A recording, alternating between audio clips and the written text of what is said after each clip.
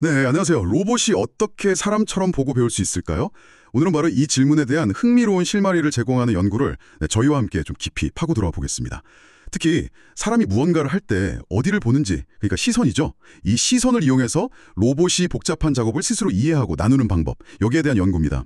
저희가 오늘 살펴볼 자료는 응시 기반 작업 분해를 통한 로봇 조작 모방 학습, 이런 제목의 논문입니다. 이번 탐구의 목표는 명확합니다. 로봇에게 무언가를 가르칠 때요, 사람이 시연하는 영상을 보여주는 경우가 많잖아요. 근데 이 긴 영상을 의미 있는 단계로 나누는 작업이 이게 생각보다 까다롭습니다. 이 연구는 바로 그 과정을 사람의 시선을 추적하는 것만으로 자동화할 수 있다는 아주 놀라운 가능성을 보여줍니다. 여러분도 무언가에 집중해서 손을 움직일 때 그 눈이 먼저 목표 지점을 향한다는 걸 혹시 느껴보신 적 있으신가요? 아, 네, 맞습니다. 예를 들어서 로봇한테 수건 접기나 병뚜껑 열기 같은 거, 이런 여러 단계로 이루어진 작업을 가르친다고 한번 생각해 보세요. 기존에는 이제 사람이 직접 그 시연 영상을 보고 여기까지가 1단계, 여기서부터 2단계 이런 식으로 일일이 선을 그어줘야 했거든요. 이게 시간도 많이 들고 또 사람마다 기준이 다를 수도 있고요. 좀 번거로운 과정이었죠. 이 연구는 바로 이 작업 나누기 과정을 사람의 아주 자연스러운 시선 정보를 이용해서 훨씬 똑똑하고 또 효율적으로 해결하려는 그런 시도입니다. 로봇한테 복잡한 작업을 가르칠 때 그 가장 번거로운 단계 중 하나가 시연 영상을 잘게 나누는 건데, 이 연구는 사람이 다음 행동을 하기 전에 어디를 보는지 이것만 딱 추적하면 이 과정을 자동으로, 그것도 아주 일관성 있게 해낼 수 있다, 이 점을 보여준다는 거죠. 와, 마치 사람의 시선이 로봇 학습의 어떤 숨겨진 편집점 역할을 하는 셈이네요. 근데 이게 어떻게 가능한 걸까요? 네, 핵심 가설은 이렇습니다. 사람이 어떤 작업을 순서대로 수행할 때 다음 단계에 필요한 그 중요한 지점 있잖아요. 연구에서는 이걸 응시 랜드마크라고 부르는데요. 여기에 시선이 먼저 가서 딱 머무른다는 겁니다. 그리고 한 단계에서 다음 단계로 넘어갈 때는 시선이 또 다른 랜드마크로 이동하겠죠. 바로 이 시선 이동, 이걸 이제 응시 전환이라고 하는데, 이게 바로 하위 작업 사이의 경계를 나타내는 아주 강력한 신호가 될 수 있다는 겁니다. 아주 오래전에 야르부스라는 학자가 눈의 움직임은 인간의 사고 과정을 반영한다 이런 말을 했다고 하는데요. 이 연구는 그 통찰을 로봇 학습에 적용한 셈이죠. 실제로 시선하고 손의 움직임 계획 사이에는 깊은 연관성이 있다는 건 여러 연구를 통해서 이미 알려져 있어요. 보통 우리가 손을 뻗기 전에 눈으로 먼저 목표물을 확인하잖아요. 아, 네, 그렇죠. 무의식적으로 그렇게 하죠. 네, 이게 로봇한테 왜 유용하냐? 로봇이 사람의 시연을 보거나 아니면 사람이 로봇을 원격 조종하면서 시연할 때 그 사람의 시선을 추적한다면요, 이 자연스러운 시선 이동 패턴을 딱 포착해서 긴 시연 영상을 관리하기 쉬운 작은 단위, 즉 하위 작업으로 자동으로 나눌 수 있기 때문입니다. 논문의 그림 1비를 보시면 이 개념이 잘 나와 있는데, 그 복잡한 시선 데이터를 입력받아서요, 시선 전환이라는 결정적인 순간을 감지하고 이걸 기준으로 전체 행동을 의미 있는 조각들로 나누는 과정을 보여주고 있습니다. 그렇군요. 그럼 연구는 구체적으로 어떤 환경에서 또 어떻게 진행되었는지 궁금한데요.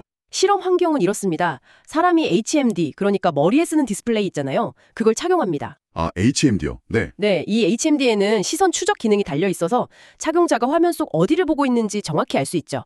이 상태로 로봇팔, 논문에서는 UR5라는 양팔 로봇 시스템을 사용했는데, 이걸 원격으로 조종하면서 특정 작업을 시연하는 겁니다. 여기서 중요한 점은 로봇 자체의 센서가 아니라 로봇을 조종하는 사람의 시선 데이터를 핵심 정보를 사용한다는 거예요. 아하. 네, 사람의 시선이 로봇이 어디에 주의를 기울여야 하는지 이걸 알려주는 일종의 대리 신호가 되는 거죠. 사람의 시선이 로봇의 눈 역할을 대신하는 셈이네요. 신기합니다. 그럼 그 시선 데이터를 어떻게 분석해서 작업 단계를 나누는 건가요? 기술적인 부분이 좀 복잡할 것 같은데요. 네, 몇 가지 단계를 거치는데요. 근데 핵심 아이디어는 생각보다 직관적입니다. 우선 시연하는 동은 조종자가 어디를 보는지, 즉 시선 위치죠. 그리고 그 시선이 머무는 곳 주변의 장면, 시각적 특징이라고 하는데, 이 데이터를 시간 순서대로 쭉 기록합니다. 초당 한 10번 정도 기록한다고 하네요. 그런데 사람 시선이라는 게 미세하게 계속 흔들리잖아요. 그래서 약간의 노이즈가 있을 수 있습니다. 그렇죠. 가만히 있질 않죠. 네. 그래서 다음 단계는 이 데이터를 좀 더 매끄럽게 다듬어주는 필터링 과정을 거칩니다. 마치 약간 흐릿한 사진에 초점을 맞추는 것처럼 주변 데이터 값을 이용해서 각 시점의 시선 위치를 보정해주는 거죠. 논문에서는 중앙가 필터링이라는 기법을 사용했습니다. 그 다음엔 시선이 머무는 지점 주변의 이미지가 실제로 어떻게 보이는지 분석합니다. 시선 위치 주변의 이미지를 작은 정사각형 영역으로 잘라내서 클립이라는 이미지 이해 능력이 뛰어난 인공지능 모델을 사용해요. 이걸로 그 이미지의 특징을 추출합니다. 아, 클립 모델이요? 네, 클립은 이미지를 보고 그 안에 무엇이 있는지, 어떤 상황인지 이런 걸 파악하는 능력이 뛰어나서 시선 주변의 장면이 어떻게 변하는지를 로봇이 이해하는 데 도움을 줍니다. 자, 이제 가장 중요한 변화 감지 단계입니다. 로봇이 지금 뭔가 중요한 변화가 시작되는구나 하고 알아챌 수 있어야 하잖아요. 연구팀은 두 가지 종류의 변화를 동시에 봅니다. 하나는 시선 위치가 이전 순간과 비교해서 얼마나 많이 움직였는지, 다른 하나는 시선이 보는 장면, 그러니까 그 시각적 특징이 얼마나 달라졌는지입니다. 이 두 가지 변화량을 각각 점수로 계산하는데요. 잠깐만요. 그럼 시선 위치 변화랑 그 이미지 장면 변화 둘 다를 사용한다고 하셨는데 혹시 둘 중 하나만 쓰면 안 되는 건가? 왜 굳이 두 가지를 다 보는 거죠? 아하, 네, 아주 좋은 질문입니다. 그 이유는 나중에 결마 부분에서 더 명확해지는데요. 간단히 말하면 두 정보를 함께 사용했을 때 더 정확하고 안정적으로 작업 전환 시점을 찾아낼 수 있기 때문이에요. 예를 들어서 시선은 크게 움직였는데 보고 있는 장면 자체는 비슷할 수도 있잖아요. 네, 그럴 수 있죠. 반대로 시선은 조금만 움직였는데 눈앞의 장면이 확 바뀔 수도 있고요. 그래서 이 연구에서는 시선 위치와 시선 주변 장면, 이 두 가지 변화가 동시에 크게 나타날 때, 바로 그때 아하, 여기가 바로 작업 단계가 나뉘는 중요한 지점이구나 라고 판단하는 전략을 쓴 겁니다. 그래서 마지막 단계는 이 두 가지 변화 점수가 모두 미리 정해둔 기준치, 즉 임계값을 넘어서는 순간을 찾는 거예요. 바로 이 순간들이 하위 작업이 전환되는 경계 지점, 즉 후보가 되는 거죠. 아하, 그렇군요. 두 가지 신호를 같이 활용해서 더 확실한 경계선을 찾는 거군요. 이해가 되네요. 그런데 여기서 정말 흥미로운 부분이 있다고 들었습니다. 바로 개선, refinement 과정이라던데요. 이건 또 왜 필요한 건가요? 네, 맞습니다. 이 개선 과정이 이 연구의 실용성을 아주 크게 높이는 핵심 요소 중 하나입니다. 한번 생각해 보세요. 사탕 포장하기라는 똑같은 작업을 100번 시연했다고 가정해 봅시다. 네. 사람이 하다 보면 약간씩 다르게 할 수도 있고 시선 패턴도 조금씩 달라질 수 있겠죠? 만약 앞서 설명한 방식으로 각 시연마다 작업 단계를 나누면 어떤 시연은 4단계로 나뉘고 또 어떤 시연은 3단계나 5단계로 나뉠 수도 있단 말이죠. 이렇게 결과가 들쭉날쭉하면 나중에 로봇이 이걸 학습하기가 좀 어려워집니다. 아, 알겠습니다. 그러니까 여러 사람이 같은 레시피를 보고 요리해도 조금씩 결과가 다른 걸, 이걸 최대한 비슷하게 표준화시키는 과정, 그런 거군요. 정확합니다. 바로 그 일관성을 확보하기 위한 과정이에요.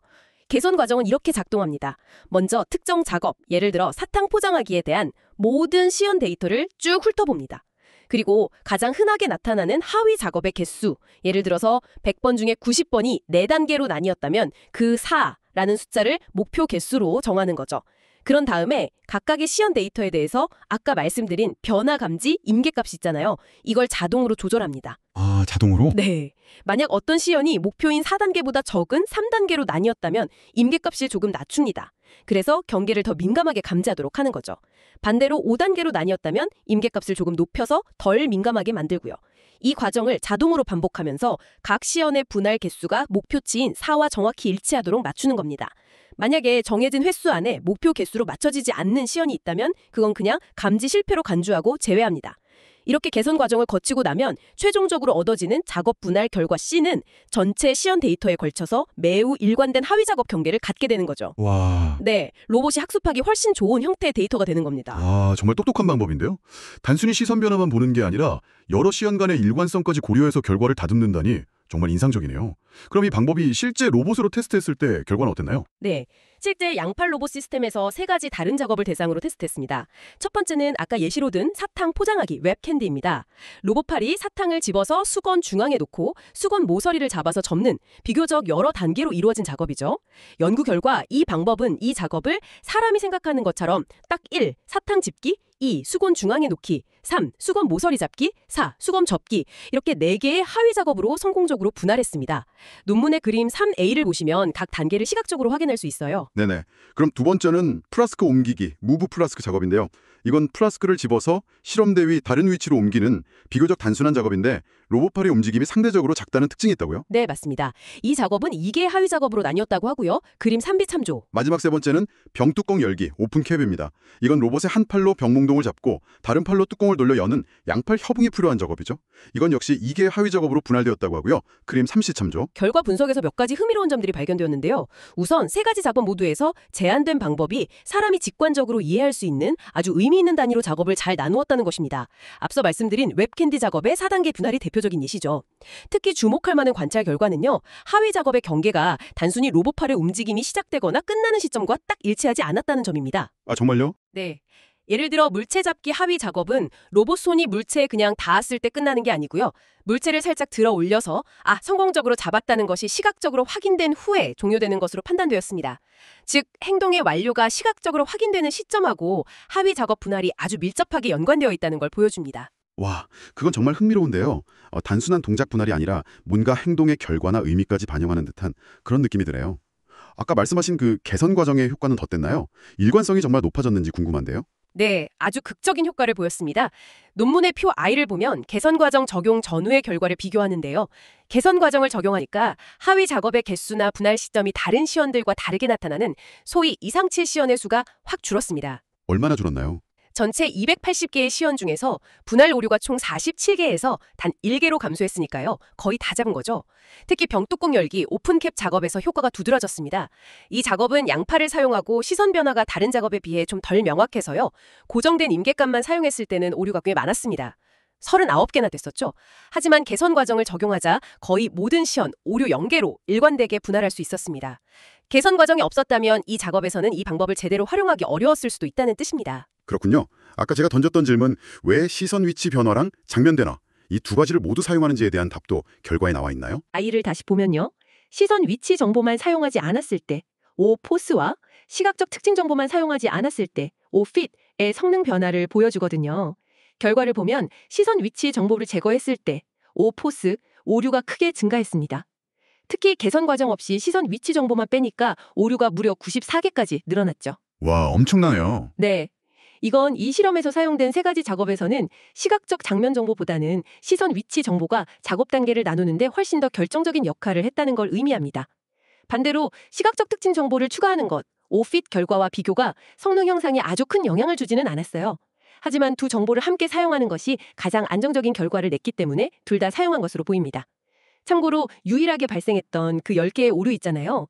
그건 플라스크 옮기기, 무브 플래스크 작업에서 나왔는데 이 경우는 좀 특이하게도 조종자가 플라스크를 잡기도 전에 이미 옮겨놓을 목적지를 먼저 찾아본 경우였다고 합니다. 아, 그런 예외도 있군요. 네, 이런 예외적인 시선 패턴까지 완벽하게 처리하기는 어려웠던 거죠. 마지막으로 견고성 분석 결과도 중요해 보이는데요. 이건 어떤 의미인가요? 네, 견고성 분석은 이 방법이 얼마나 까다롭지 않게 잘 작동하는지를 보여주는 지표입니다. 논문의 그림 4를 보면 필터링 강도 W나 변화 감지 민감도 세타 포스 같은 설정값들을 조금씩 바꿔가면서 실험했을 때 성능이 어떻게 변하는지를 보여줍니다. 개선 과정을 적용하지 않았을 때 그림사 상단은요. 이 설정값에 따라서 성공률이 꽤 많이 변동합니다. 즉 최적의 설정값을 찾기 위해서 꽤 많은 튜닝이 필요할 수 있다는 거죠. 하지만 개선 과정을 적용했을 때 그림사 하단은요. 파란색으로 표시된 성공 영역이 훨씬 넓게 나타납니다. 아, 그러네요. 훨씬 넓네요. 네, 이건 상당히 넓은 범위의 설정값에 대해서도 거의 모든 시연을 성공적으로 분할했다는 의미입니다. 다시 말해서 새로운 로봇이나 새로운 작업에 이 방법을 적용할 때 파라미터를 아주 세밀하게 조정하지 않아도 비교적 안정적으로 잘 작동할 가능성이 높다는 거죠. 실용적인 관점에서 매우 중요한 장점입니다. 물론 필터링을 너무 과도하게 하면, 그러니까 W값이 너무 크면 필요한 시선 전환 신호까지 뭉개버려서 성능이 떨어지는 한계는 있었습니다. 이 정도면 정말 쓸만한 기술 같은데요. 혹시 실제로 다른 로봇 학습 연구에 활용된 사례도 있나요? 네, 논문에 따르면 이 연구에서 개발된 시선 기반 작업 분할 방법은 다른 연구팀의 모방학습 프레임워크에 실제로 통합되었다고 합니다.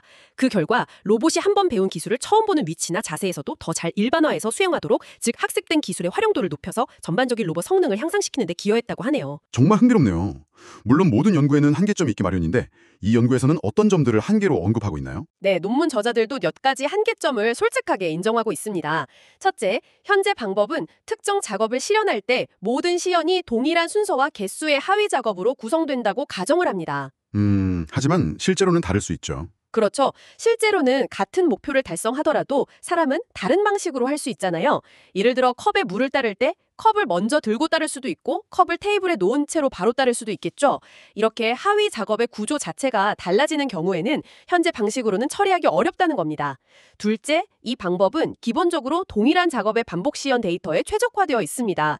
그래서 어떤 작업인지 이름표가 붙어있지 않거나 여러 종류의 다른 작업들이 마구 섞여 있는 비정형적인 데이터, 예를 들어 로봇이 그냥 자유롭게 이것저것 만지며 노는 데이터, 놀이 데이터 같은 것을 처리하기에는 현재의 개선 과정 로직이 바로 적용되기 어렵다는 한계가 있습니다. 그렇군요.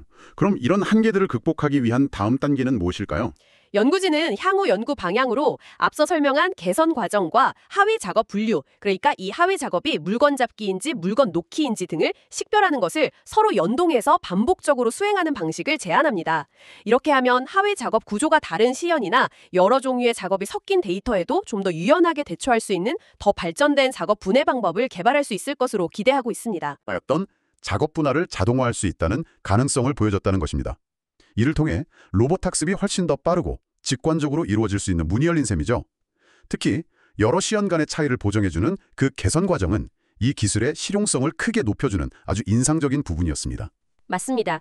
작업분의 과정을 자동화하는 것은 로봇이 사람의 시연을 통해 배우는 모방학습 분야의 오랜 숙제 중 하나였거든요. 이 병목 현상을 해결함으로써 로봇이 더 다양한 기술을 더 빨리 습득할 수 있게 될 겁니다. 단순히 동작을 흉내내는 것을 넘어서서 로봇이 사람의 시연을 관찰하면서 그 안에 담긴 의도나 작업 구조를 이해하는 방향으로 나아가는 중요한 발걸음이라고 할 수 있습니다. 마지막으로 여러분께 생각해볼 질문을 하나 던지며 마무리할게 합니다. 이 연구는 시선 정보를 주로 작업을 어떻게 나눌 것인가 하는 경계를 찾는 데 사용했습니다. 그런데 만약 여기서 한 걸음 더 나아가서 시선을 단순히 분할 지점을 찾는 데만 쓰는 것이 아니라 각 하위 작업 단계 뒤에 숨어있는 목표나 의도를 추론하는 데 활용할 수 있다면 어떨까요? 예를 들어서 사탕집기라는 하위 작업이 진행되는 동안 사람이 사탕의 어떤 부분을 유심히 보는지 혹은 주변의 어떤 물체와의 관계를 살펴보는지를 추적한다면 로봇에게 그 단계가 왜 중요하고 무엇을 주의해야 하는지 알려주는 더 깊은 단서를 제공할 수 있지 않을까요? 시선에 무엇을 해야 하는가 what를 넘어서 왜 그렇게 해야 하는가 why까지 알려주는 열쇠가 될 수 있을지 한번 상상해 보시는 것도 흥미로울 것 같습니다. 오늘 저희와 함께 이 흥미로운 탐구에 참여해 주셔서 감사합니다.